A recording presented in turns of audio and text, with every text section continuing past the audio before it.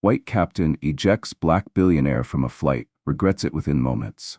As the story unfolds, tension builds when the captain insists on removing the billionaire from the plane. Witness the reactions of shocked passengers caught in a whirlwind of disbelief and confusion. The decision seems final, but what follows is astonishing and transformative. Share your thoughts about this powerful narrative. Your comments inspire me to create more compelling stories. The bustling terminal at Clearwater International Airport buzzed with the usual pre-flight chaos. Passengers hurried to their gates, last-minute boarding announcements echoed overhead, and staff worked tirelessly to maintain order. Amid the crowd, Dr. Naomi Carter, a renowned black tech mogul in an elegant tailored suit, stood out. Though her presence drew curious glances, Naomi moved with quiet assurance, her focus unwavering. Having just concluded a high-stakes business summit, Naomi was eager to return home. Her first-class seat was already secured, a hard-earned privilege she cherished. But something about this trip felt off. At the boarding gate, an airline employee approached Naomi with a firm but apologetic tone. "Ma'am, your seat isn't available. You'll need to move." Naomi raised an eyebrow, her calm demeanor giving way to confusion. "Excuse me?" "My first-class seat is confirmed. It's printed on my ticket," she replied, her voice steady but firm. The employee hesitated, nervously glancing over her shoulder. "I'm very sorry, but there's been a mix-up. We'll need you to sit elsewhere." Naomi's patience thinned, though she maintained her composure. "I'd like to speak with a supervisor," she said, her voice calm but resolute. Moments later, Captain Ethan Brooks, a tall, white man with neatly combed gray hair and a crisp uniform, approached. Despite his professional appearance, his irritation was palpable. "What's going on here?" Naomi asked, her tone polite but assertive. Captain Brooks barely glanced at her and replied curtly, "You're in my first-class seat. You need to move." Naomi held up her ticket, her confusion growing. "This is my reserved seat," she insisted. "I paid for it." Brooks scoffed, sparing a brief look at her ticket before shaking his head dismissively. "No, you're mistaken. That seat is taken." Naomi's heart raced, but she stood her ground. "I've flown with this airline countless times and have never had an issue," she said, refusing to move. The captain's expression hardened. "Ma'am, I don't have time for this," he snapped. "You're causing a scene. I don't care who you are. Either you leave this seat now, or I'll have you removed from the plane." Passengers nearby began to murmur, their eyes fixed on the unfolding confrontation. Naomi felt the weight of their stares, but remained steadfast. "You cannot simply force me out of my seat," Naomi said firmly. "I've done nothing wrong." Brooks's temper flared. "Listen," he barked, his voice rising. "I don't care if you're a CEO or royalty. Either move, or I'll have security escort you off this flight." Naomi clenched her fists, but kept her voice steady. "You won't intimidate me into leaving. I'm not going anywhere." Visibly furious, Brooks stepped closer, his tone icy. "This is my plane, and I'll have you thrown off if necessary." Before Naomi could respond, Brooks shoved her shoulder with enough force to knock her backward. Gasping in shock, she stumbled to the floor. "Security!" Brooks barked, storming back toward the cockpit. The cabin fell silent. Passengers froze, some whispering in horror, others avoiding eye contact. Naomi slowly picked herself up, her hands trembling from the rush of adrenaline. Her shoulder throbbed, the physical pain mingling with the sting of humiliation. Two security officers hurried toward her. One, a woman, addressed Naomi professionally, but with a tense undercurrent. "Ma'am, you'll need to exit the plane." Naomi's heart pounded as the weight of the moment sank in. In all her years of success, she had never experienced anything like this. "I'm not going anywhere," she said, her voice resolute. "I'm not the one at fault here." The officer hesitated, but ultimately radioed for backup, clearly hoping to avoid further escalation. Naomi stood tall, her determination unshaken despite the humiliation she had just endured. The stage was set for a confrontation that would resonate far beyond the confines of that plane. Naomi knew this wasn't going to end well. A deep sense of humiliation burned in her chest, and the injustice weighed heavily on her as she was led off the plane. Whispers from the other passengers grew louder around her.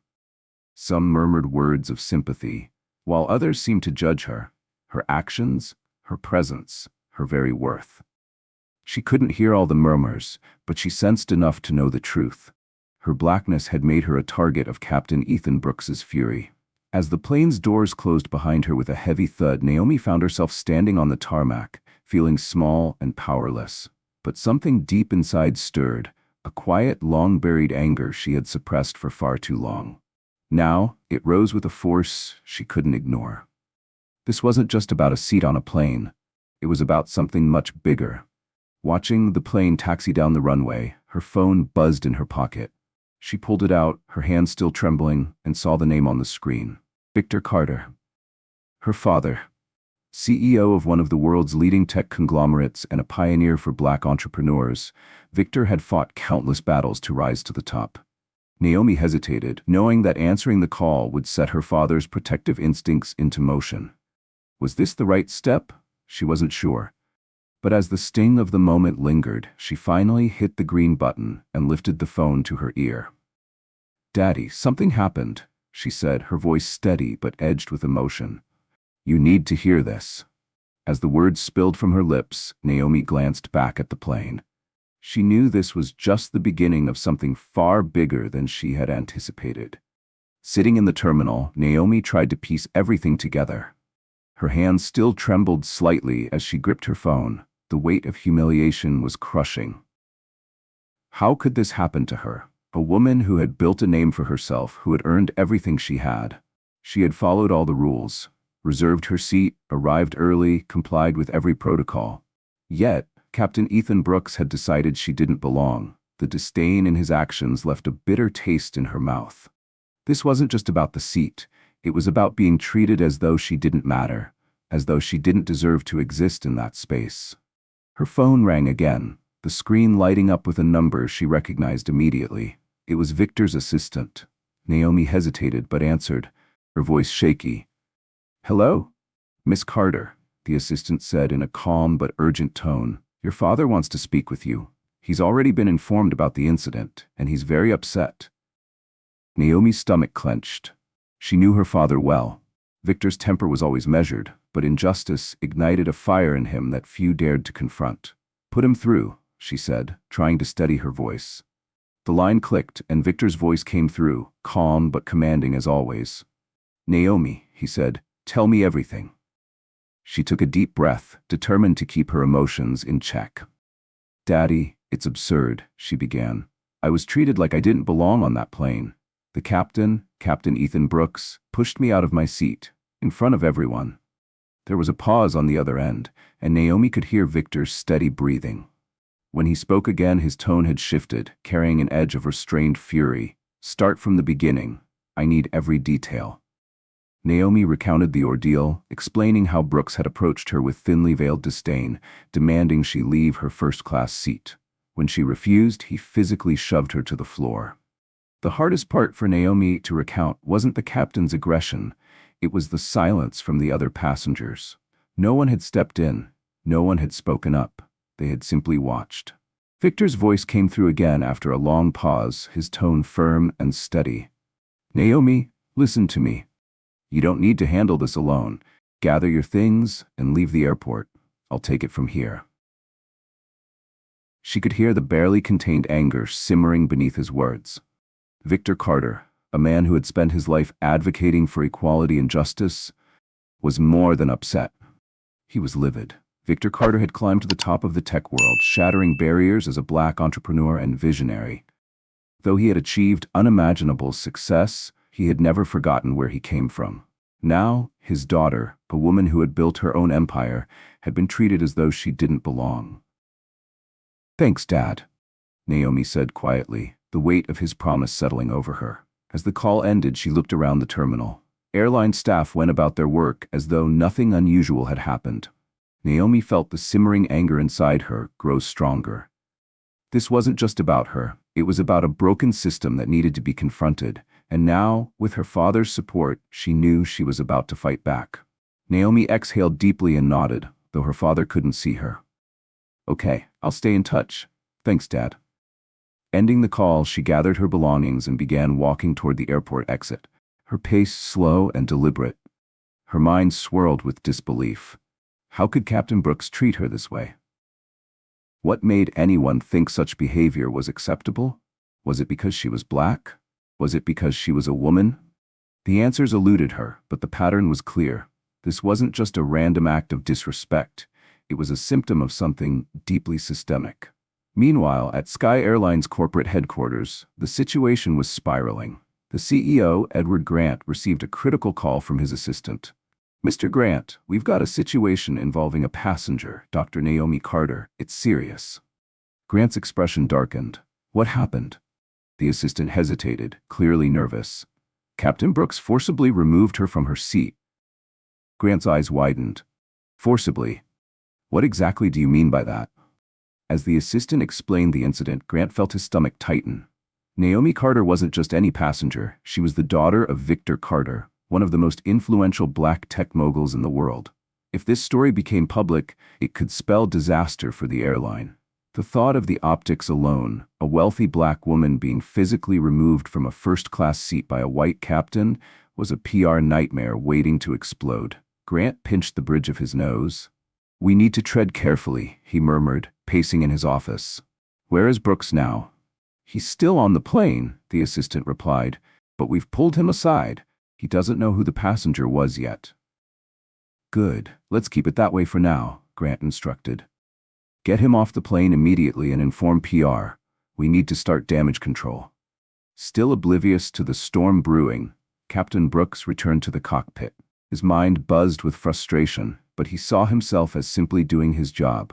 To him, Naomi had been disruptive, entitled, and unwilling to follow orders. He believed he had done what was necessary to maintain order on the plane.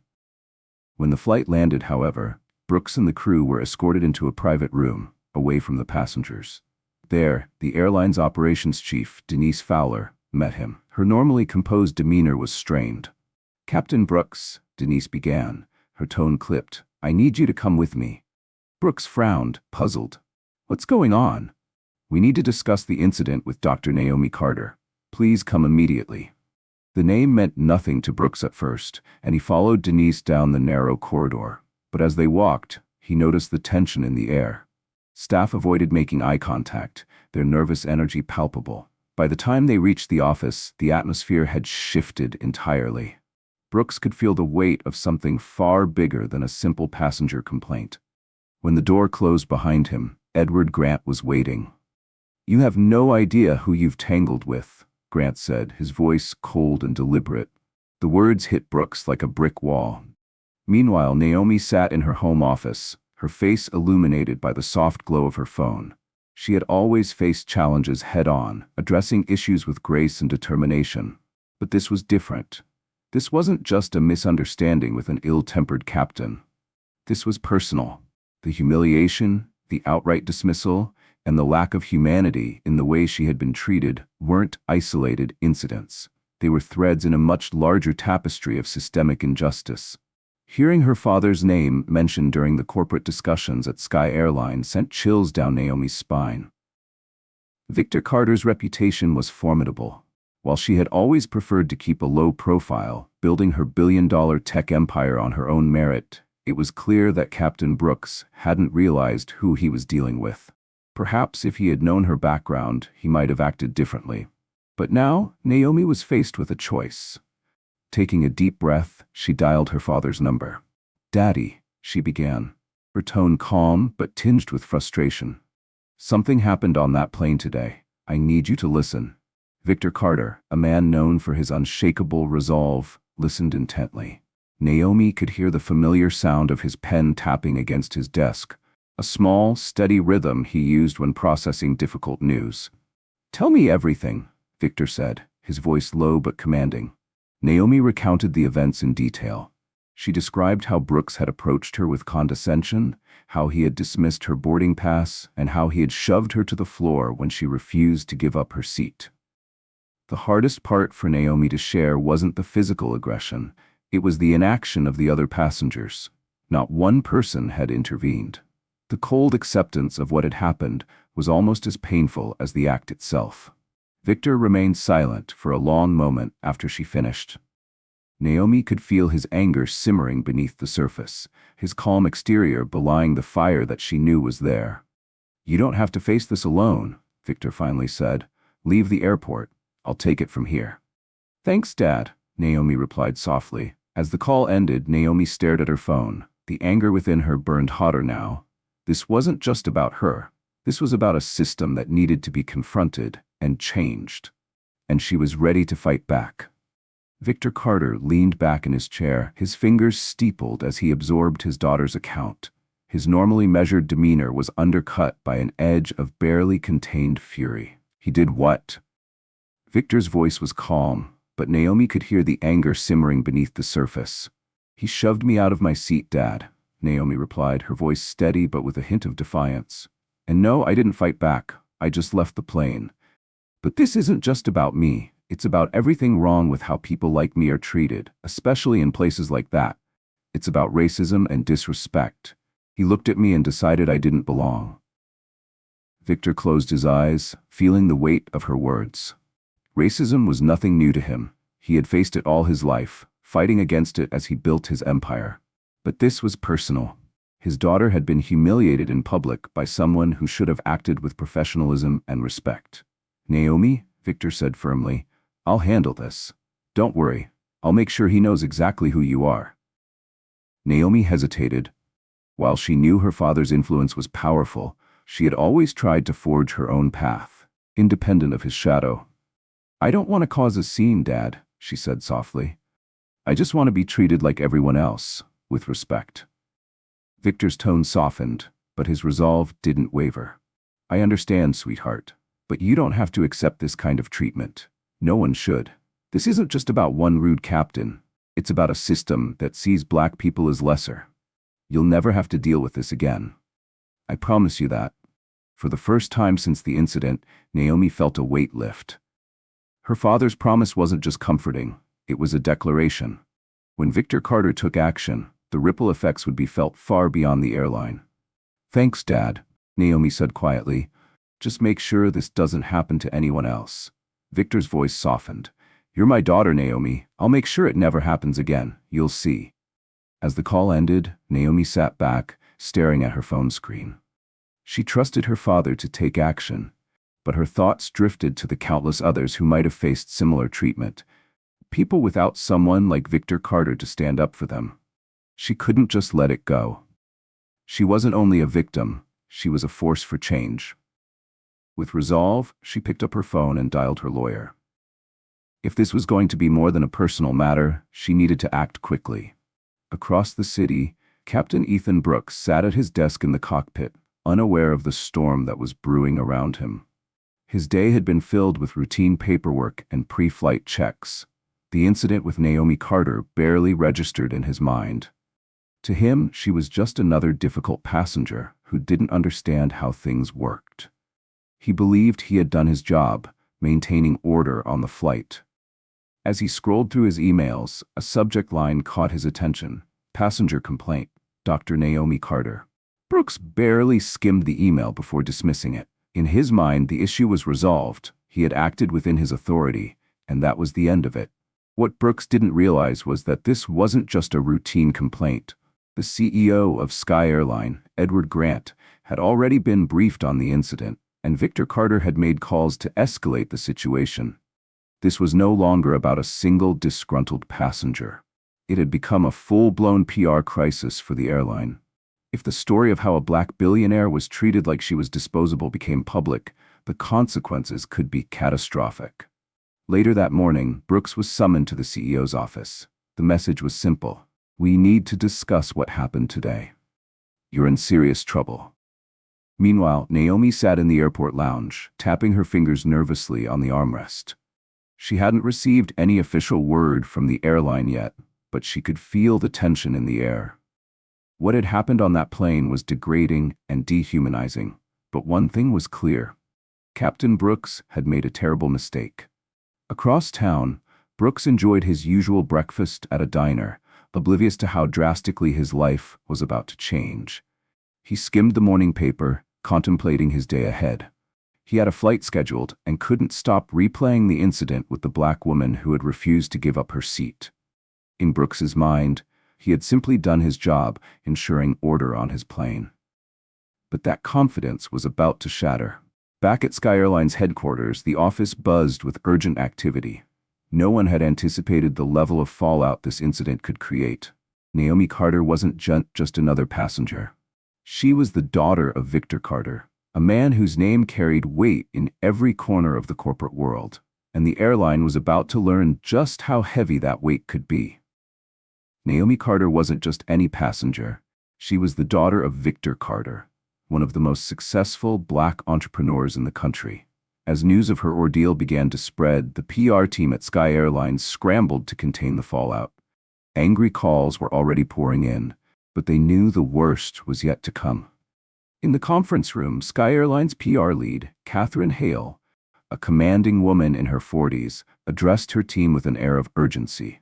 "We need every detail of what happened on that plane," she said, her tone sharp.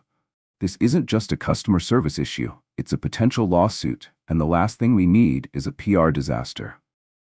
A young intern, Lily, tentatively raised her hand. "I checked social media. It's trending. Justice for Naomi Carter is everywhere." Catherine's expression hardened. The situation had escalated beyond customer relations. If Naomi Carter decided to take legal action, the airline could face severe financial and reputational damage. What made this even more critical was who Naomi was. She wasn't just another wealthy passenger. She was Victor Carter's daughter and a major shareholder in Sky Airline itself. "Find out everything that happened on that plane," Catherine ordered, her voice clipped. "Lily, get in touch with Victor Carter's office. We need a strategy before this spirals further out of control." Meanwhile, Captain Ethan Brooks sat at his desk back at headquarters, preparing for his next flight. His phone buzzed, and the name of his supervisor, Marcus Cole, flashed on the screen. Brooks answered casually, unaware of what was coming. "Captain Brooks, we need to talk," Marcus began, his tone serious. "You're going to need to come in for a meeting with HR and the management team. We've received complaints." Brooks's stomach tightened. "Complaints? What complaints?" "I followed protocol," he said defensively. Marcus's voice grew colder. "It's not looking that way from here. We've received a formal complaint from Dr. Naomi Carter, and the media is already running with the story. Think carefully about what you're going to say in this meeting." For the first time, Brooks felt a chill. He had dealt with difficult passengers before, but this was different. Naomi wasn't just another passenger. She was someone with serious connections. If he had known who she was, he might have acted differently. Now he faced the consequences of his actions. As he made his way to the airline's headquarters, he couldn't shake the sinking feeling that his career was on the line. Could he really lose everything over this? Could he even be sued? One thing was clear. He had made a powerful enemy without realizing it. Back in the PR office, Lily was still trying to reach Victor Carter's team. When she finally got through, the response was icy. "Mr. Carter is handling this personally," the assistant said curtly. "If you wish to speak to him, you'll need to go through his legal team." Lily, her face pale, relayed the message to Catherine, who immediately grasped the gravity of the situation. Victor Carter wasn't just wealthy. He wielded influence on a global scale. Sky Airline was about to feel the full weight of his power. While the airline scrambled, Naomi was quietly preparing for a fight. She had already reached out to her lawyer and documented everything from the incident. She wasn't the type to let matters slide. Naomi had built her career and her family's legacy through resilience and determination. She wasn't about to let anyone diminish her, least of all because of her race. Victor, meanwhile, was mobilizing his vast network. For him, this wasn't just about a personal slight. It was about addressing a larger issue: the systemic mistreatment of people of color in spaces dominated by white authority. This incident wasn't an isolated act of aggression. It was a reflection of a broader problem. Naomi had read about it. She'd heard about it. But now she had experienced it firsthand. As the investigation into Brooks began, tensions rose within the airline. HR was interviewing flight attendants and passengers from the flight, piecing together what had happened. Each testimony painted a darker picture of Brooks's behavior. He had been aggressive and dismissive from the start, using excessive force when he shoved Naomi from her seat. By the end of the day, the airline's legal team realized they had to act fast. They couldn't afford to let the situation escalate further. But it was already too late. At home, Brooks sat in his cramped living room, staring at his phone. Notifications flooded his screen, angry messages from colleagues, friends, and even strangers.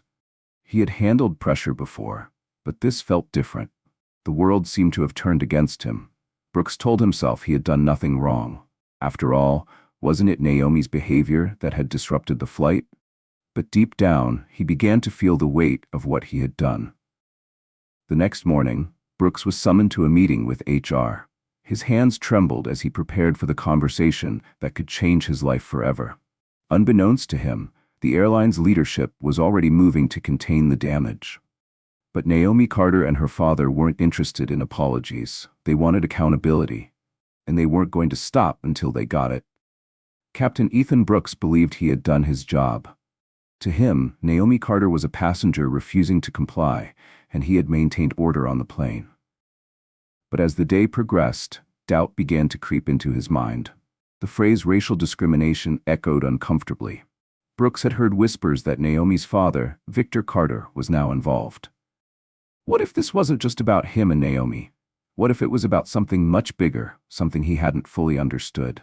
His phone buzzed, interrupting his thoughts. The caller ID displayed the name Miriam Stone, the airline's CEO. Her tone, tight with urgency, sent a chill down his spine. "Captain Brooks, I need you in my office now. We're having an emergency meeting." Brooks stood abruptly, his stomach twisting into knots. Cold sweat clung to the back of his neck as he made his way down the sterile hallway to Miriam's office. Inside, she sat behind her desk, looking noticeably pale and tense. "Sit down, Captain," Miriam said, her voice uncharacteristically lacking authority. Brooks obeyed, the weight in his chest growing heavier. "We've received a formal complaint from Dr. Naomi Carter," Miriam began, barely meeting his eyes. "This isn't just another complaint, Captain. Do you even know who Naomi Carter is?" Brooks frowned, his confusion evident. "No, I don't. She was disruptive and not following the rules." Miriam sighed, pinching the bridge of her nose. "Naomi Carter isn't just any passenger. She's the daughter of Victor Carter, one of the wealthiest and most influential black entrepreneurs in the world." Brooks's chest tightened, her words hitting him like a brick. "She's his daughter?" His voice shaky. Miriam nodded gravely. "Yes, and Victor Carter has already contacted our legal team. He's livid about what happened on that flight. Public outrage is escalating by the hour. You need to understand how serious this is." Brooks sat frozen, the implications sinking in. He had heard of Victor Carter, a towering figure in the business world and a staunch advocate for racial equality. But Naomi? He hadn't connected the dots. "I didn't know," Brooks said defensively, his voice rising. "I didn't know she was his daughter. I was just doing my job. She wasn't following the rules." Miriam leaned forward, her voice sharp and cutting. "This isn't about her following the rules. This is about racial discrimination. What you did on that plane was a textbook example of how systems marginalize black people, especially when those in authority abuse their power." Miriam's words cut through Brooks's defenses like a knife. Naomi Carter wasn't just treated unfairly. Miriam continued.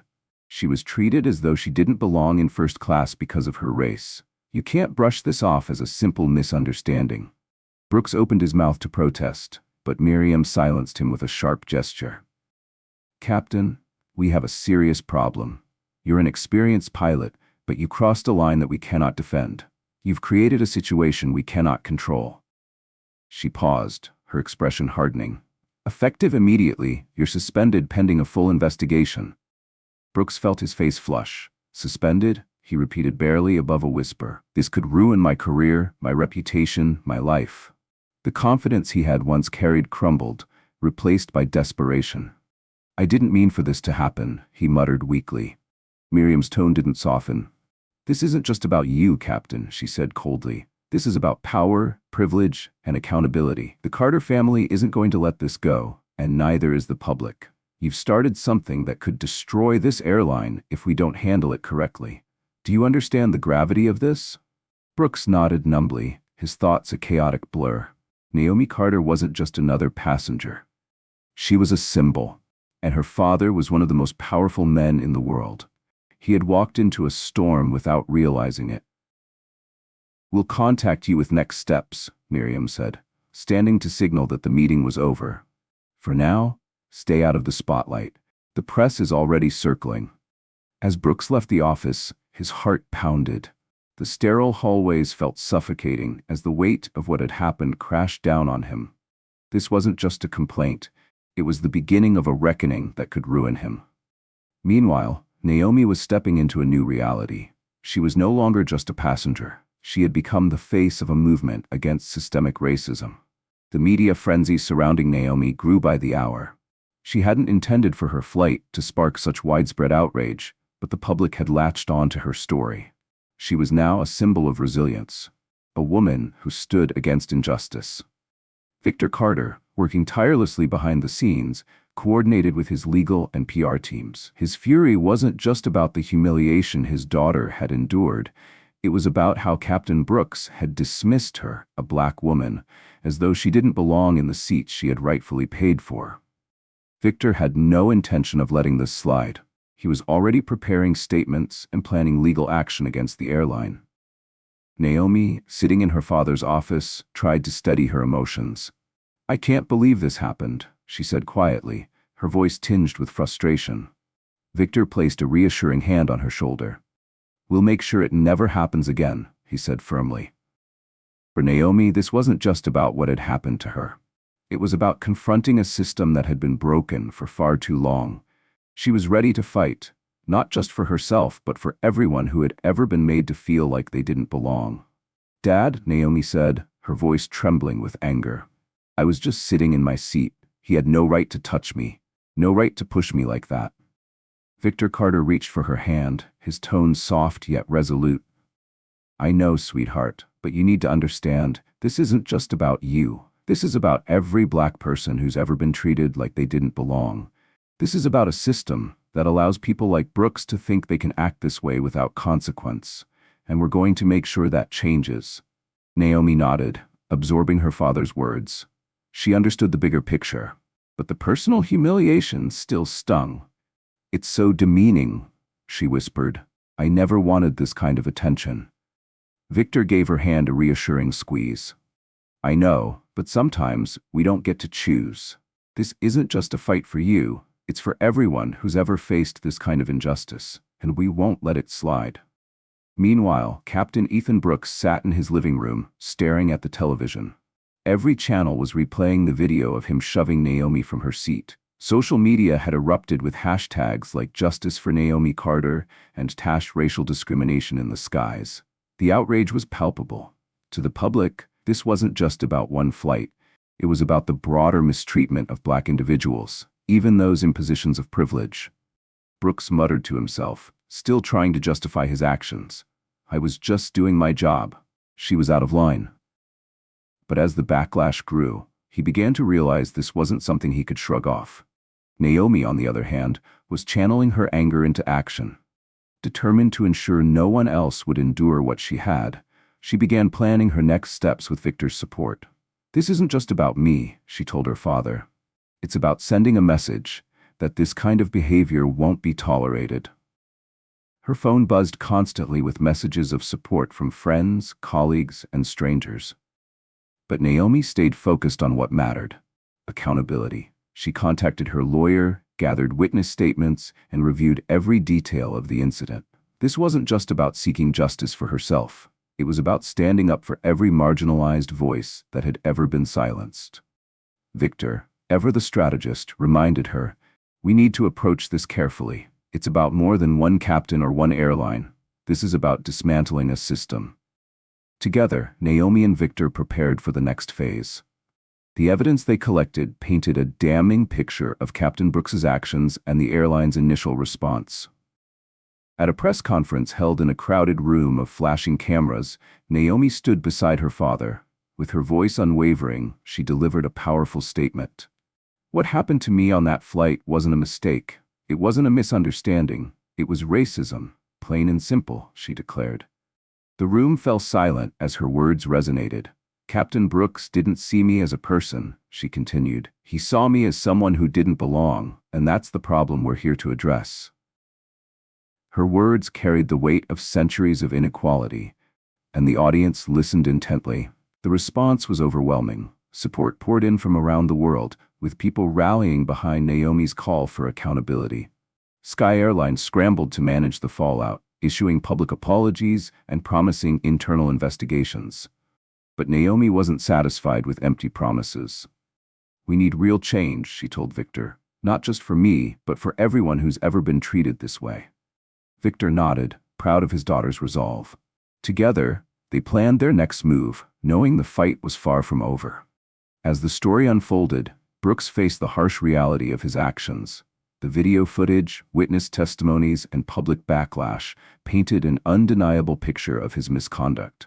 The airline announced Brooks's suspension, pending further investigation. The world watched closely to see what consequences he would face. Naomi, meanwhile, continued to use her platform to advocate for systemic change. "This isn't just about me," she said in an interview. "It's about making sure no one else has to go through this." Her words inspired a movement, one that demanded greater accountability and equity in spaces of power. Naomi's fight was far from over, but she knew she wasn't alone. With her father's unwavering support and the backing of countless people, she was ready to challenge the system and create a better future for all. "I understand some people might think this was just a misunderstanding," she said, her voice steady. "But that doesn't erase the reality of what happened. I was singled out, mistreated, and removed from my seat in front of an entire plane because of my race. And I'm here to say, this is not okay, not now, not ever." The room fell silent, all eyes on her. "We've contacted the airline," she said firmly, "and we demand immediate accountability." "Captain Brooks must be held accountable for his actions," Naomi Carter said, her voice unwavering as she stood at the podium. "And the airline owes me, and everyone who has faced similar treatment, a public apology. This isn't just one man's mistake, it's part of a systemic issue in the airline industry that we cannot ignore. We will not stop until real change happens." As she stepped away from the podium, reporters swarmed her with questions, cameras flashing wildly. But Naomi said no more. She had delivered her message, and it was now up to the public to decide what would come next. The fallout from her press conference was immediate and severe. Sky Airlines' PR team issued a statement, calling the incident regrettable and under investigation, but the response was woefully inadequate. The public wasn't satisfied with vague apologies. They demanded action. They wanted Captain Ethan Brooks held accountable and changes made to prevent such behavior in the future. Naomi, however, was far from finished. She had ignited a movement, and she wasn't about to let the momentum fade.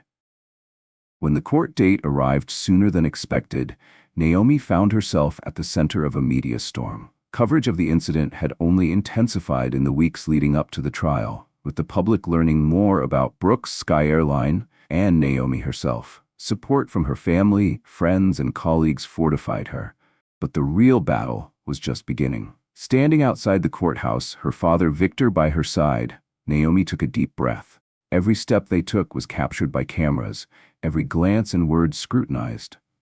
But Naomi wasn't concerned about the spectacle. Her focus was on bringing the truth to light. Inside the courthouse, Brooks sat in the defendant's chair, his hands trembling as he fumbled with his notes. The once confident pilot was now a man on the verge of losing everything. Suspended from his job, shrouded in scandal, and vilified in the press, Brooks hoped for a quick resolution.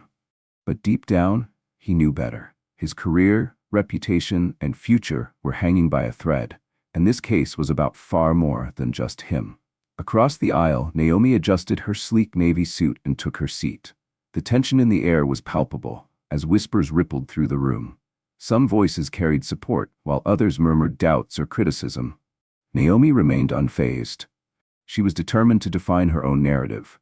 Her sharp legal team, led by attorney Claire Daniels, sat beside her. Claire gave Naomi a reassuring nod. "We've got this, Naomi," Claire whispered. "This is just the start. We'll reveal the truth, no matter how difficult it gets." Naomi returned the nod, her focus unshaken.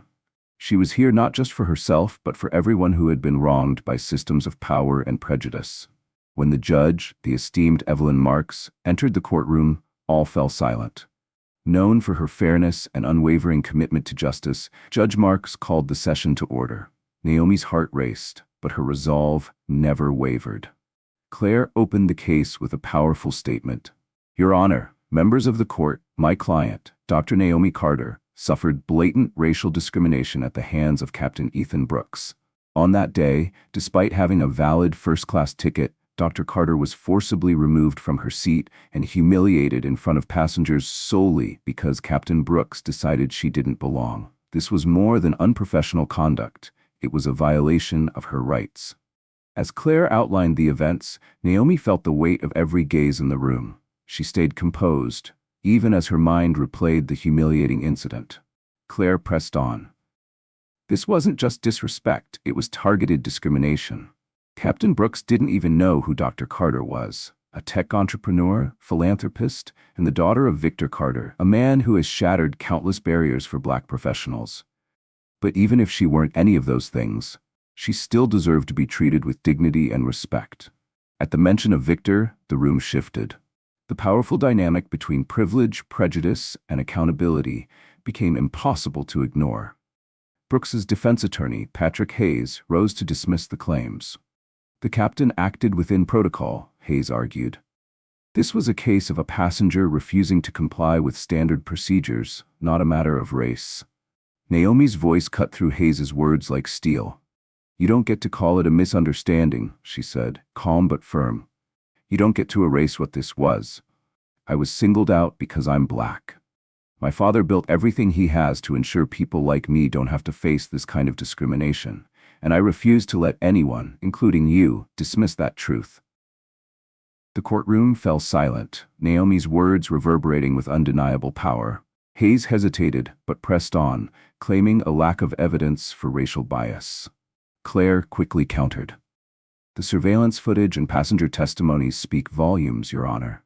Captain Brooks physically pushed Dr. Carter from her seat, and his words and actions clearly demonstrate discriminatory intent. This case isn't about a disagreement, it's about systemic prejudice and an abuse of power. The weight of her argument lingered in the room. When surveillance footage played, showing Brooks shoving Naomi, the tension in the courtroom grew. Naomi felt a mix of vindication and pain as the images replayed her humiliation. She refused to look away, determined to own her truth. Victor sat beside her, his calm, steady presence a constant source of strength. Meanwhile, Brooks sat frozen. The reality of his actions was sinking in as the evidence mounted against him. The fight for justice had just begun, but the tide was clearly turning. This case isn't about a disagreement, Claire Daniels said, her voice clear and commanding as she addressed the courtroom. It's about systemic prejudice and the abuse of power.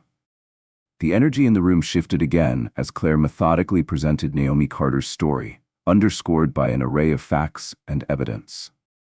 When the surveillance footage played showing Captain Ethan Brooks forcibly removing Naomi from her seat, the room was gripped by a tense silence. Naomi watched the footage with a mixture of vindication and pain. The humiliation of that moment played out for all to see, but she refused to look away. This was her truth, and she was determined to own it. Beside her, Victor Carter remained steady, his calm presence a constant source of strength. Across the courtroom, Brooks sat frozen, the reality of his actions sinking in as the evidence against him mounted. Witness after witness corroborated Naomi's account, painting a damning picture of Brooks's behavior and the systemic issues it reflected. Judge Evelyn Marks, her expression neutral but attentive, adjourned the court for the day, giving everyone time to process the revelations. Outside the courthouse, reporters swarmed Naomi and Victor. Cameras flashed and questions flew, but Naomi remained composed, offering no comment. She had said what needed to be said in court and had no intention of fueling the media frenzy. Victor looked at his daughter, pride gleaming in his eyes. "You did great today, Naomi," he said quietly. "But this is just the beginning. We keep fighting." Naomi nodded, her resolve hardening further. "I'm not stopping until everyone knows the truth," she replied firmly. The following morning, the tension in the courtroom was palpable. Witnesses began taking the stand, each testimony chipping away at Brooks's defense. Sitting in the defendant's chair, Brooks's confident demeanor from earlier days had dissolved. Panic crept into his expression as he realized his case was unraveling. He could feel the weight of the evidence mounting against him. Brooks sat pale and slumped, his commanding presence reduced to that of a man grappling with the inevitability of his downfall. When Naomi took the stand, the courtroom grew silent. Calm but resolute, she recounted the events that had humiliated her and stripped her of dignity. "I didn't ask for special treatment," Naomi said, her voice steady and firm. "I only asked for respect. Instead, I was treated as though I didn't belong, as though my presence in that first-class seat was unacceptable because of my skin color." Her words echoed through the room. Brooks couldn't meet her gaze as she spoke, the truth of her testimony undeniable. Naomi's calm delivery only amplified its impact. Her statement wasn't just about her. It was about everyone who had ever been subjected to such treatment. Victor sat quietly by his daughter's side throughout the trial. His steady presence was a reminder that Naomi wasn't alone in her fight.